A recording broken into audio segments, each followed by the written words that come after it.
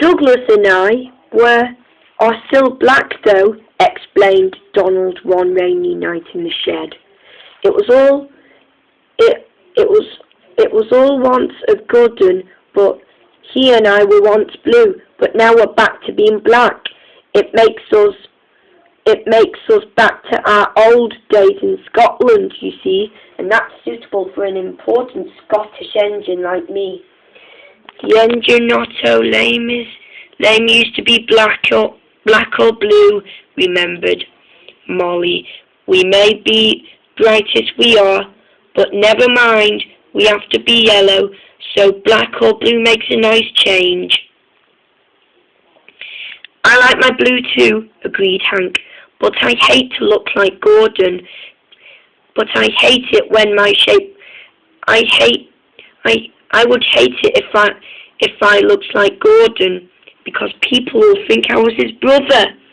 At least people can see me coming, taunted Gordon. I don't disappear into the background like some engines you can mention.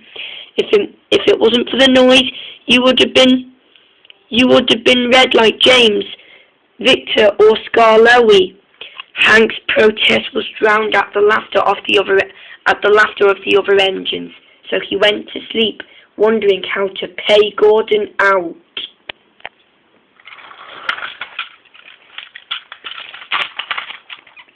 While it stopped raining, Hank was still cross next morning.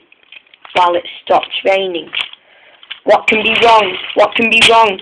Wondered the trucks anxiously as Hank pulled noisily away from the big yards. Do come along, Hank snorted impatiently. They had a fast run, but it didn't improve Hank's temper. He bumped the trucks until they reached into the other line, and again when they backed onto the return journey. He simmered angrily while the fireman was trying to let him take a break. No one noticed the rattle from beneath Hank's footplate as he snorted away, and soon the train was running well. Hurry, hurry, hurry, hurry, steamed Hank. Hurry, hurry, hurry, puffed Hank. Faster and faster he went, and at last Hank began to feel better, and then suddenly he heard a crack from below his cab. Look out! Shouted the driver, and then the coupling snapped between he and the goods train, but some of the goods fell down, but one truck fell down into the water below and was never found again. And so did the rocks as well.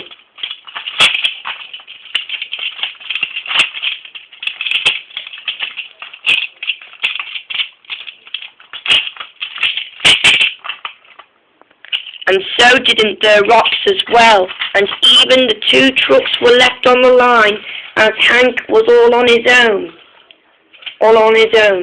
He was just in time, but both men watched in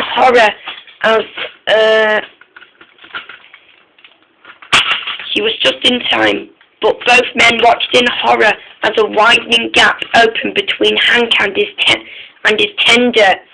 Hank stopped as soon as he could. The automatic brake halted his tender in the train somewhere behind. We must drop Hank's fire, shouted the driver urgently. It would be dangerous to let him boil dry now that we can't get more water from the tender. The fireman agreed. Sorry, old boy, he said to Hank, just when you got it going nicely too. If you haven't banged about so much, you wouldn't have broken your tender coupling. While the fireman dealt with the fire, and driver went back to tell the signalman what had happened. When he returned, he just saw Hank with a huge cloud of black smoke in which billowed from beneath his cab. The fireman emerged, choking. Hank's fire just set the sleepers tonight, he spluttered. You stay here. I'm going to phone the fire brigade.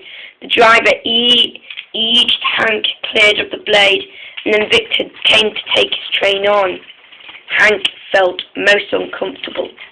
Workmen made temporary coupling, and then finally they made him so better after when they drove him gently into his tender, and then the driver and fireman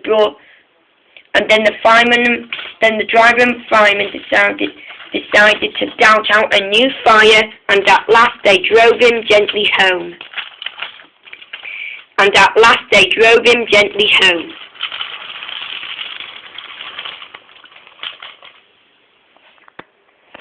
Victor has never seen something like that, like cold, told the others.